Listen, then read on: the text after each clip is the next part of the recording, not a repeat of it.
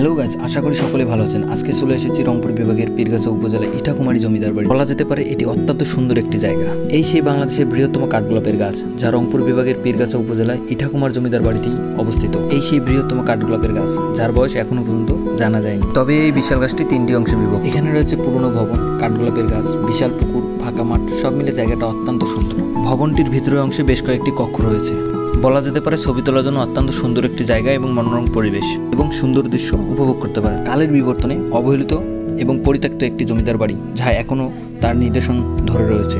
মূল ফটকের হাতের বাম দিক থেকে ডান দিকেই রয়েছে দুটি বিশালাকার কক্ষ, তার বাইরে রয়েছে একটি বিশালাকার বারান্দা। তাই কিছুটা সময়ের জন্য আমিও নিজেকে রাজা মনে করে বাইরে একটু হাঁটাহাঁটি করলাম এবং এই সুন্দর পরিবেশ উপভোগ করলাম। ইটাকুমার জমিদার বাড়ি ছিল তৎকালীন অবিভক্ত বাংলার দ্বিতীয় নবদ্বীপ। শিক্ষা সংস্কৃতি বাতিঘর হিসেবে ইটাকুমারী খ্যাতি গোটা ভারতবর্ষে ছড়িয়ে পড়েছিল। এখানে রাজা শিবচন্দ্রের নামে স্বনামধন্য একটি কলেজ রয়েছে।